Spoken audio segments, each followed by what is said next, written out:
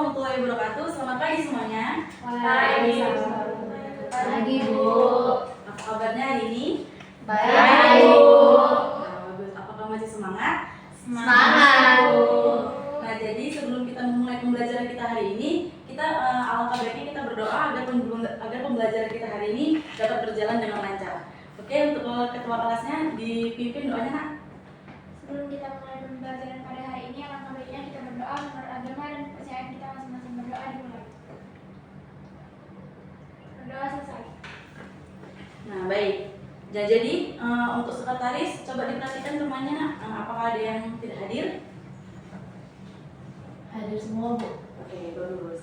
Nah, sebelum kita memulai materi kita yaitu memahami teori asam dan basa, sebelumnya Ibu ingin bertanya nih kepada kalian untuk mengingat pembelajaran sebelumnya. Nah, kira-kira siapa yang bisa menyebutkan sifat dari asam dan basa dan apakah contoh dalam kehidupan sehari-hari yang kalian pahami? Ada yang bisa? Saya, Bu. Oke, pada Najwa. Saya akan menyebutkan sifat asam saja, Bu. Sifat asam yang pertama itu tentunya rasanya masam, terus pH-nya lebih kecil dari 7, dan itu dia bisa merubah warna kertas lakmus dari semula warna biru menjadi warna merah. Oke, Contohnya asam cuka, Bu. Oke, bagus Najwa. Ada yang bisa menyebutkan basa? Saya, Bu. Oke, dari mana? Kalau untuk basa itu sifatnya biasanya rasanya pahit. pH-nya itu di atas 7. Terus kalau dia dites pakai lakmus itu lakmus merah berubah jadi biru. Kalau contoh yang biasa itu kayak sampo, sabun gitu. Oke, bagus. Jadi terima kasih untuk jawabannya.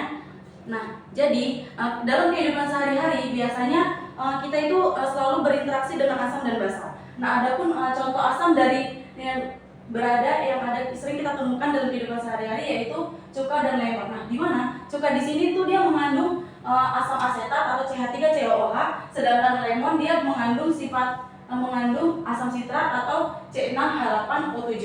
Sedangkan basa dalam kehidupan sehari-hari yang sering kita jumpai itu yaitu sabun dan pupuk. Di mana sabun di sini itu memiliki kandungan natrium hidroksida atau NaOH, sedangkan pupuk dia memiliki kandungan amoniak atau NH3. Nah, jadi banyak orang mengira bahwasannya asam itu selalu rasanya masam dan basa selalu rasanya pahit. Namun tidak semua asam memiliki rasa masam dan basa memiliki rasa pahit. Nah, bagaimana sih Bu cara kita menentukan perbedaan asam dan basa? Nah, jadi di sini Ibu akan menjelaskan bagaimana sih kita mengetahui apakah larutan itu tersebut bersifat asam ataupun basa.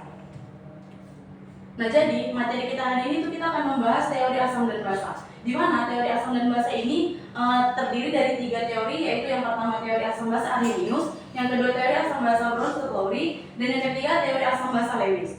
Nah, langsung saja yang pertama yaitu teori asam basa Arrhenius. Di mana teori asam basa Arrhenius ini dia ditemukan oleh Sven August Arrhenius pada tahun 1884, di mana beliau mengatakan bahwa asam adalah zat yang menghasilkan ion hidrogen ketika dilarutkan ke dalam air. Sedangkan basa yaitu zat yang menghasilkan ion OH- ketika dilarutkan ke dalam air. Nah, teori Arrhenius ini dia menekankan bahwa pelarutnya harus dalam bentuk larutan atau dalam bentuk air. Nah, sebagai contohnya di sini Ibu telah memberikan beberapa contoh asam dan basa, di mana pada contoh asam di sini ada HCl, di mana HCl ketika dilarutkan ke dalam air dia akan menghasilkan ion H+ dan ion Cl-. Kemudian pada H2SO4 ketika dilarutkan ke dalam air dia akan menghasilkan ion 2H+ dan ion SO4 2-. Nah, yang ketiga yaitu ion H3PO4 yang ketika direaksikan dengan air dia akan menghasilkan ion 3H+ dan ion PO4 3-. Nah, pada contoh basa ketika NaOH dilarutkan ke dalam air dia akan melepaskan ion Na+ dan ion OH-. Pada Ca3OH2 kali di sini ketika direaksikan ke dalam air dia akan menghasilkan ion Ca2+ dan ion 2OH-. Nah, selanjutnya yang terakhir pada FeOH3 kali ketika direaksikan ke dalam air dia akan melepaskan ion Fe3+ dan ion 3OH-. Nah, berdasarkan teori asam basa Arrhenius ini terdapat juga seperti valensi asam dan valensi basa. Di mana valensi asam itu biasanya dia diberikan simbol A kecil, sedangkan valensi basa biasanya dia diberikan simbol B kecil. Di mana valensi asam itu menunjukkan bahwa jumlah ion H+ yang dihasilkan berdasarkan hasil ionisasi pelepasan satu mol asam, sedangkan valensi basa itu merupakan jumlah ion OH- yang dihasilkan berdasarkan hasil ionisasi ataupun hasil dari 1 mol basa. Nah, dapat kita lihat di sini HCl dia akan ketika dilarutkan ke dalam air dia akan menghasilkan H+, ion H+. Jadi ion H+ itu kan dia memiliki koefisien 1. Nah, karena dia memiliki koefisien 1, maka satunya itu tidak ditulis. Jadi HCl ini karena dia valensi asamnya 1, jadi dapat dituliskan HCl A sama dengan 1. Dan pada H2SO4 ketika direaksikan ke dalam air, nah sedangkan H2SO4 ketika dilarutkan ke dalam air dia akan menghasilkan ion 2H+. Nah di sini kan ionnya itu ada 2, maka valensi asamnya yaitu A sama dengan 2. Nah pada H3PO4 dia ketika direaksikan ke dalam air dia akan menghasilkan ion 3H+, di mana disebutkan valensi asamnya yaitu A sama dengan 3. Nah sedangkan basa sama seperti yang asam juga, NaOH ketika direaksikan ke dalam air dia akan melepaskan ion OH-. Nah di sini kan juga memiliki koefisien 1, karena dia 1 jadi tidak dituliskan, maka valensi basanya yaitu B sama dengan 1. Nah selanjutnya pada CaOH 2 kali itu jika direaksikan ke dalam air dia akan melepaskan ion 2OH-. Nah di sini kan koefisiennya 2, maka valensi basanya B sama dengan 2. Nah, begitu juga dengan FeOH 3 kali ketika direaksikan ke dalam air, dia akan melepaskan ion 3OH-. Karena dia memiliki koefisien 3, maka valensi basanya yaitu B sama dengan 3. Nah, di sini kita beri penamaannya atau dapat disebutkan ketika valensi asam itu sama dengan 1 disebut dengan apa, ada yang tahu? Nah, jadi valensi asam yang jumlahnya 1 itu disebut, kalau 1 monoprotik untuk basa untuk asam. Nah, kalau dia jumlah valensi asamnya 2 itu disebut, kalau 1 mono, kalau 2 Di. nah, jadi di Diprotik. Oke, bagus. Nah, untuk valensi asam yang 3, kalau dia 3 berarti Tri. jadi Triprotik. Oke, bagus.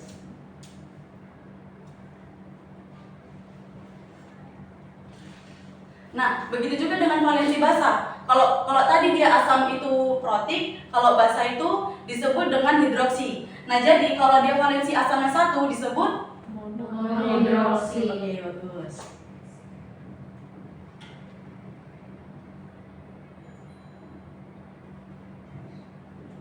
Nah, kalau dia valensi basanya 2 Dihidroksi. Oke.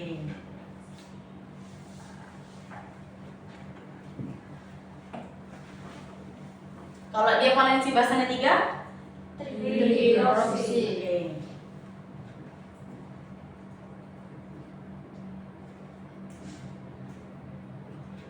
Nah, apakah anak-anak sudah paham mengenai teori asam basa Arrhenius? Paham.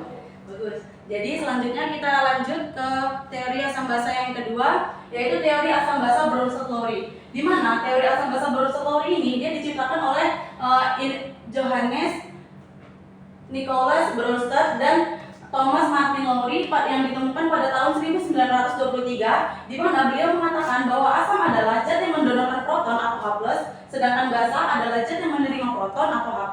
Nah, jadi teori asam basa Bronsted-Lowry ini muncul sebagai penyempurna dari teori sebelumnya, yaitu teori Arrhenius, karena tidak terbatas pada lautan air dan lebih menekankan pada proses perpindahan proton dalam suatu reaksi.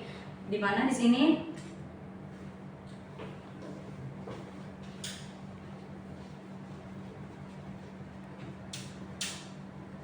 nah, dapat kita lihat di sini asam itu kan tadi merupakan pendonor proton atau H+.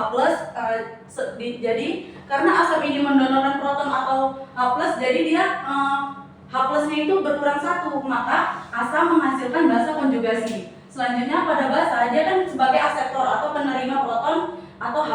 Jadi karena dia menerima, makanya H+-nya itu bertambah 1. Jadi basa menghasilkan asam konjugasi konjugasi. Nah, kita harus tahu dari sebelum kita menentukan pasangan asam basa konjugasi itu terdapat ciri-cirinya, yaitu yang pertama hanya berbeda satu ion H+ saja, yang kedua jumlah H+-nya harus lebih besar dibandingkan jumlah H basanya. Nah, di sini Ibu telah memberikan beberapa contoh ya.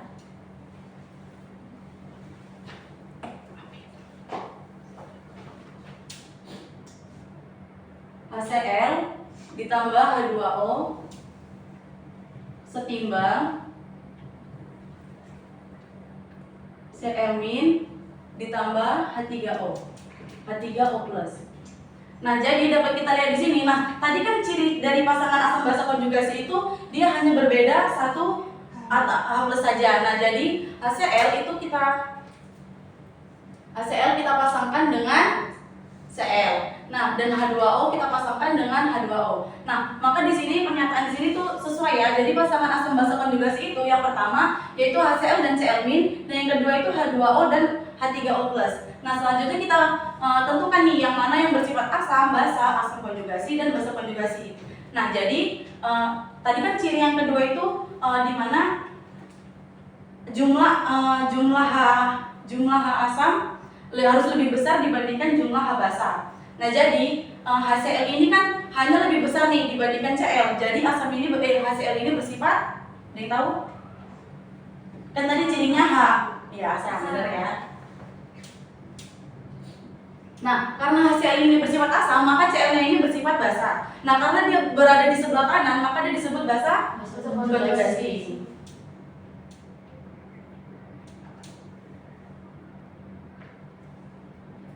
Nah, selanjutnya H2O. H2O ini kan hanya lebih dikit dibandingkan H3O+.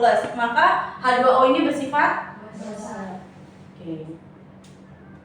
Karena H2O ini bersifat basa, maka H3O+ ini bersifat asam konjugasi.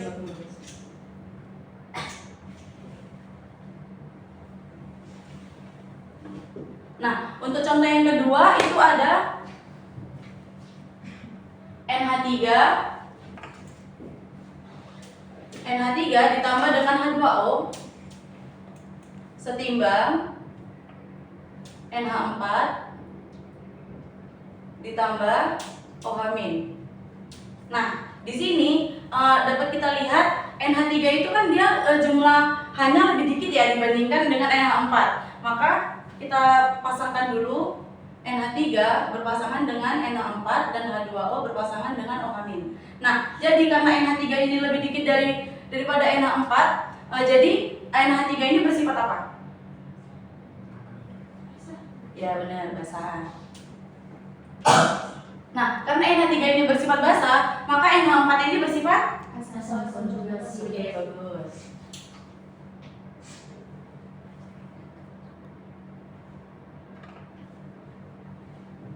Nah, selanjutnya H2O ini kan dia lebih besar ya hanya dibandingkan dengan OH-. Maka H2O ini bersifat asam. Dan OH- ini bersifat basa konjugasi.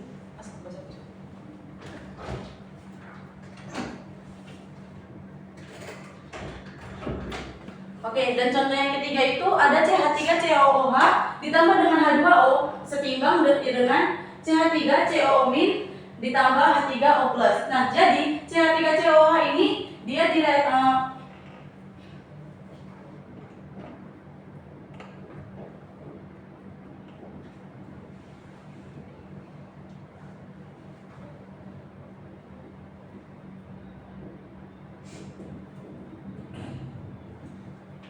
Nah, jadi CH3COO ini itu dipasangkan pada CH3COO-.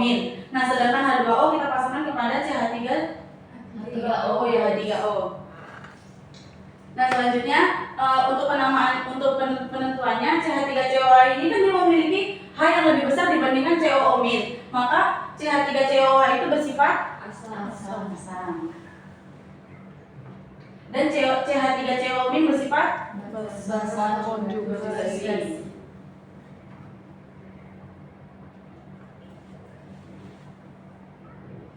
Nah, selanjutnya H2O itu kan jumlah H-nya lebih kecil ya dibandingkan H3O+, maka H2O bersifat basa dan H3O+ bersifat asam basi. Oke, bagus. Nah, jika kita kaitkan, kita hubungkan berdasarkan teori asam basa Bronsted-Lowry. Nah, kenapa CH3COOH ini bersifat asam? Ada yang tahu?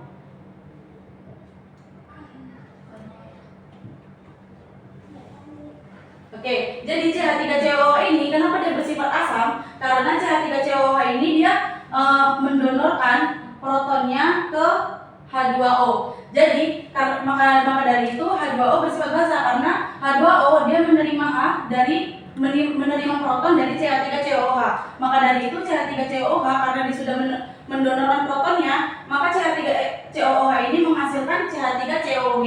Sedangkan H2O karena dia sudah menerima proton, maka H2O ini menghasilkan H3O+. Apakah sudah paham teori Bronsted-Lowry ini? Paham, Bu.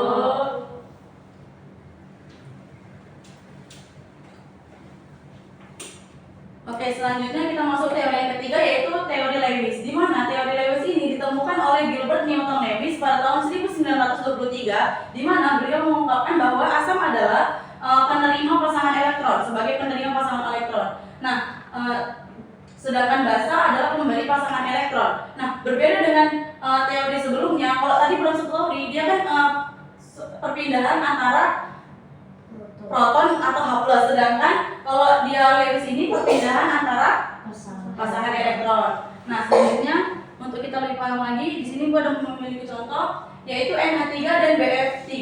Di mana NH3 ini NH3 ini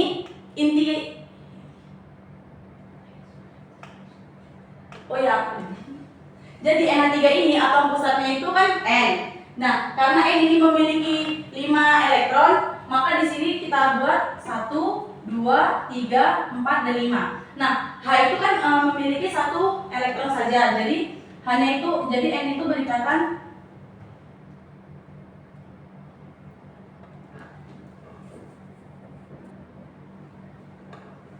Nah, karena H itu dia memiliki 1 elektron saja, maka dia H-nya itu elektronnya sudah habis karena untuk berikatan dengan N. Nah, karena N ini memiliki 5 elektron, jadi kan 3-nya sudah dipakai untuk berikatan dengan H. Maka sisa 2 elektron lagi. Nah, jadi 2 elektron ini berfungsi sebagai pasangan elektron bebas. Nah, sedangkan si BF ini dia atom pusatnya itu B. Nah, dan F-nya itu B itu kan memiliki 3 elektron saja. Nah, sedangkan si F itu memiliki 1 elektron saja. Jadi B dengan F elektronnya sudah habis untuk berikatan. Jadi BF ini tidak memiliki pasangan elektron bebas. Nah, jadi kan di sini syaratnya basa atom pusatnya harus ada PB atau pasangan elektron bebas. Maka di sini pasangan elektron bebas dari NH ini didonorkan kepada BF. Maka di sini dihasilkan NH3 BF3, di mana struktur Lewisnya yaitu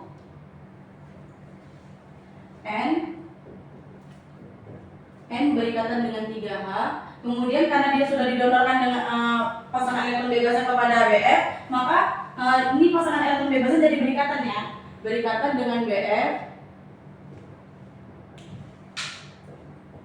Nah, seperti ini. Nah, jadi karena dia si NH ini memiliki pasangan elektron bebas, maka si NH ini disebut dengan basa, sedangkan BF itu karena dia tidak memiliki pasangan elektron bebas, maka disebut dengan asam. Selanjutnya ada satu contoh lagi.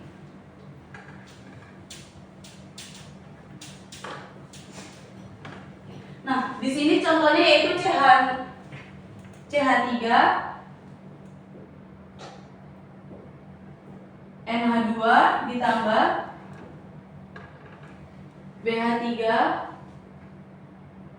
menghasilkan CH3 NH2 BH3. Nah, di sini kita buat struktur Lewisnya terlebih dahulu ya.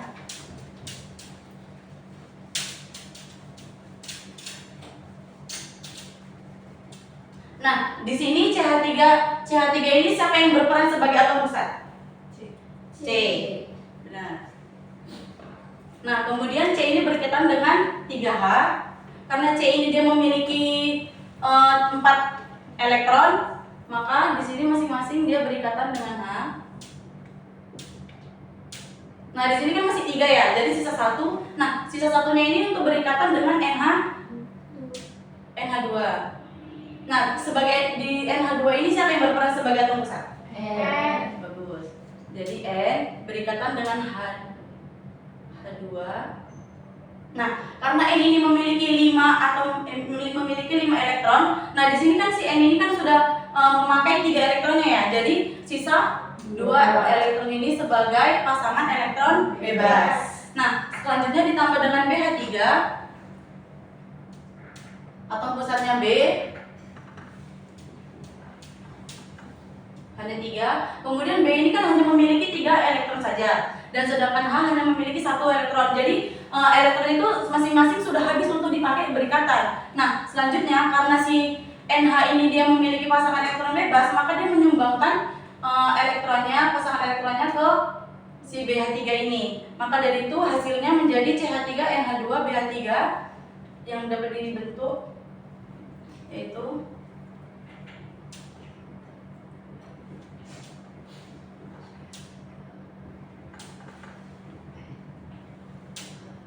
Nah, karena tadi dia sudah disumbangkan, maka jadi berikatan.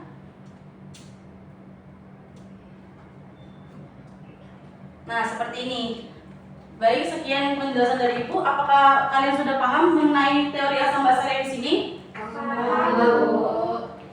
Oke, bagus. Nah, sebelum kita menutup pembelajaran kita hari ini, coba Ibu mau satu orang menyimpulkan. Ada nggak yang bisa menyimpulkan berdasarkan ketiga teori tersebut, apa bedanya? Ada yang bisa menyimpulkan? Saya Bu. Oke, pada Najwa. Kesimpulan dari ketiga teori itu yang pertama ada teori dari asam basa menurut Arrhenius. Beliau menyampaikan bahwasanya suatu zat untuk asam, suatu zat itu bila dilarutkan ke dalam air akan menghasilkan ion H positif. Sementara basa, suatu zat bila dilarutkan dalam air itu akan menghasilkan ion OH negatif. Nah, selanjutnya teori asam basa menurut Bronsted-Lowry. Menurut Bronsted-Lowry, asam itu merupakan donor proton atau pemberi ion H positif. Sementara basa merupakan akseptor atau pemberi atau penerima proton atau ion H positif. Nah, menurut Lewis, asam itu menerima pasangan elektron bersama dan basa memberi pasangan elektron bersama. Nah, terima kasih pada Najwa, kita beri aplaus dulu. Nah, jadi benar ya. Sekian pembelajaran kita hari ini. Untuk pertemuan selanjutnya kita akan membahas tentang konsep pH. Nah, sebelum kita mau menutup pembelajaran hari ini, ayo kepada ketua kelas dipimpin doanya terlebih dahulu. Sebelum kita menutup pembelajaran kita pada hari ini, alangkah baiknya kita berdoa berdoa dan saya kita masing-masing berdoa selesai. Oke, sekian materi dari Ibu. Lebih dan kurang Ibu mohon maaf. Assalamualaikum warahmatullahi wabarakatuh. Selamat pagi semuanya. Pagi Bu. Pagi Bu.